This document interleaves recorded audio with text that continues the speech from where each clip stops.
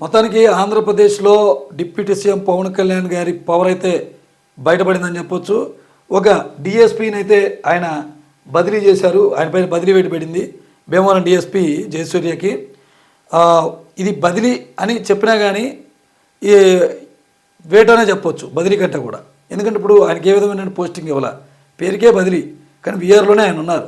అసలు పూర్తి విషయం ఒకసారి మనం చూస్తే, భీమవరం డిఎస్పీ జయసూర్యపై బదిలీ వేటు, హెడ్ క్వార్టర్స్లో రిపోర్ట్ చేయాలని ఆదేశం, వివాదాల్లో తలదిరుస్తున్నారని ఆరోపణలు, పవన్ కళ్యాణ్కు బదిలీల బాధితుల ఫిర్యాదులు, వాటిపై ఎస్పీతో మాట్లాడిన ఉప ముఖ్యమంత్రి, ప్రభుత్వ ఆదేశాలతో ఎస్పీ విచారణ, కొత్త డిఎస్పీగా రఘువీర్ విష్ణు నియామకం అంట.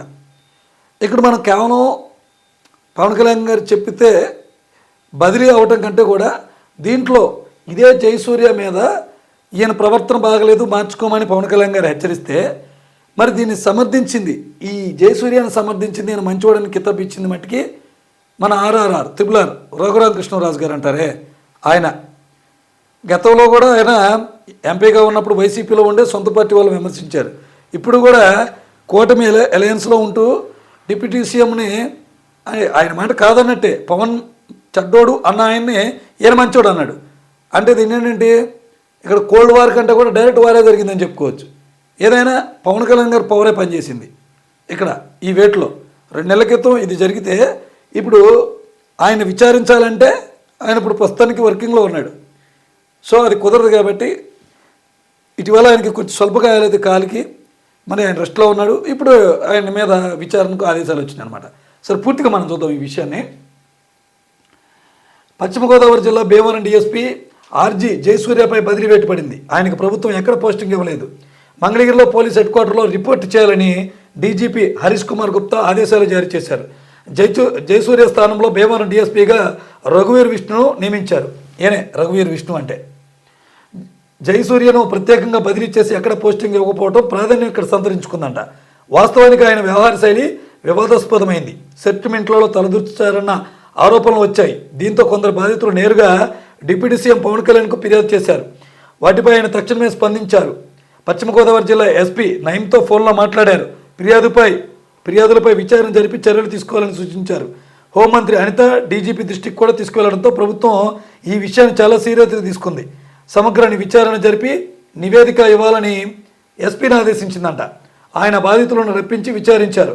ఇదే సమయంలో జయసూర్య డిఎస్పీ విధుల్లో ఉండగానే ఫిర్యాదులపై విచారణ చేస్తే వాస్తవాలు ఎలా చెప్పగలరన్న వాదనలు కూడా వినిపించాయంట.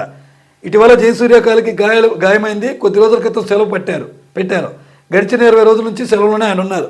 సో ఈ క్రమంలోనే ఈయనపైన విచారణ స్టార్ట్ చేశారు. ఎక్కడ చూడండి అసలు ఈ జయసూర్య మీద వచ్చినటువంటి వాదనలు ఏంటి అతను చేసిన తప్పులు, ఎందుకు ఇప్పుడు ఇతన్ని పవన్ కళ్యాణ్ గారు టార్గెట్ చేశారంటే దానికి ప్రధానమైన కారణాలు ఇవే. సివిల్ తగాదాల్లో తలదొచ్చటం, అంటే భూములు ఇళ్ల స్థలాలకు సంబంధించినటువంటి సివిల్ మ్యాటర్స్ ఉంటాయి కదా, వాటిలో తలదూరుస్తున్నారు. ప్యాకాటర్లో తలెత్తిన వివాదంలోనూ సెటిల్మెంట్లు నిర్వహించారన్న ఫిర్యాదులు డిఎస్పీ జయసూర్యపై అధికమయ్యాయంట. ఏమన్నా కోడి పందాలు ఆటలు ఏదైనా తగ్గులు వస్తే వాటిని కూడా ఆయన పంచాయతీలు చేస్తున్నాడు.